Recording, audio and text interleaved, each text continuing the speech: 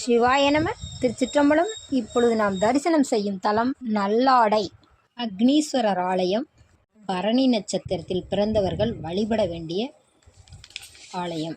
இந்த ஆலயம் பாண்டிச்சேரி காரைக்கால் பார்டரில் அமைந்திருக்கு. பார்டர்லேருந்து ஒரு 5 கிலோமீட்டர். அந்த பகுதியிலேருந்து திருநள்ளாறு கோவிலிருந்து திருநள்ளாறுலேருந்து 13 கிலோமீட்டரிலும், தேவார பாடல் பெற்ற திருப்பயிற்றலூர் வீரட்டநாயஸ்வரர் ஆலயத்திலிருந்து 10 கிலோமீட்டர் வடக்கிலும் இந்த ஆலயம் அமைந்துள்ளது.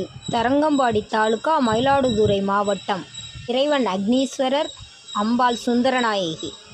நல்லாடை என்னும் பெயர் வர காரணம், மிருகண்ட மகரிஷி தனக்கு குழந்தை வர வேண்டி இத்தலத்தில் புத்திர காமேச யாகம் செய்து பொருளுதவி கேட்டு விசித்திர வீர சோழ மன்னனிடம் மகரிஷி விண்ணப்பித்தார்.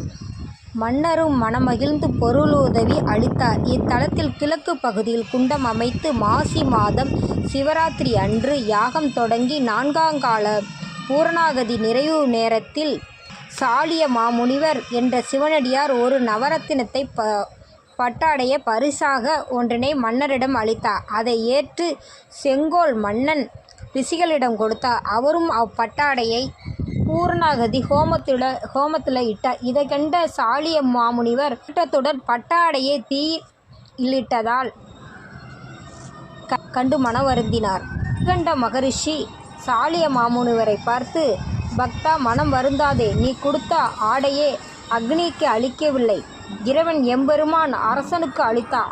நாளை இறைவன் திருமேனியில் இவ்வாடை நீ காண்பாய் என கூறினார். அவ்வண்ணமே ஈசன் திருமேனியில் தீயிலிட்ட ஆடை நல்ல ஆடையாக இறைவன் மீது இருக்க முனிவர் ஆனந்தமடைந்து கண்ணீர் மல்க, அன்பருக்கு அன்பனே, அருள் சுரக்கும் நல்லாடை இறைவனை தரிசித்த நாரதரே என்று மகிழ்ச்சி பொங்க பாடி, யாகத்திற்கு பின்னால் மிருகண்ட மகரிஷிக்கு மார்க்கண்டேயன் மகனாக பிறந்தார். மிருகண்ட மகரிஷி குண்டம் நடத்திய அந்த இடம் இன்று குண்டக்குளம் என்று வழங்கப்படுகிறது.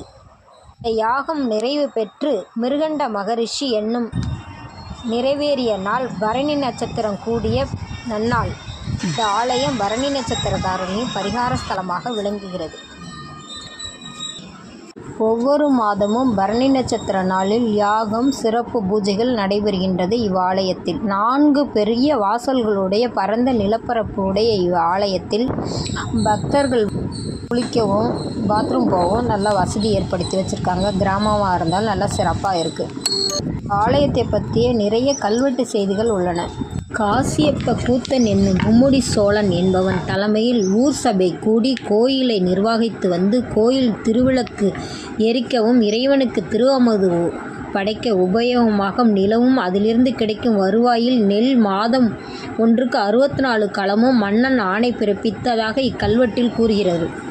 பொது அக்னீஸ்வரர் என்று வழங்கப்படும் இறைவன் திருநாமம் கல்வெட்டில் திருவெண்ணீற்றீஸ்வரர் உடையார் என்ற பெயரிலே குறிப்பிடப்பட்டுள்ளது. சுமார் 500 ஆண்டுகளுக்கு முன்பாக இரண்டாம் ராஜராச பிரதிநிதியாக விளங்கிய சோமஸ்கந்த சோழன் என்பவன் இக்கோவிலை கற்றளியாக. ஒவ்வொரு மாதமும் வரும் பரணி நட்சத்திரம், மார்கழி மாதம் வரும் திருவாதிரை உற்சவம், மகா சிவராத்திரி விழா சிறப்பாக கொண்டாடப்படும். இறைவன் பெயருக்கு ஏற்றாற்போல் மூலஸ்தான அர்த்த மண்டபத்தில் சாமியை தரிசிக்கும் போது வெப்ப அலை உணர முடியும்.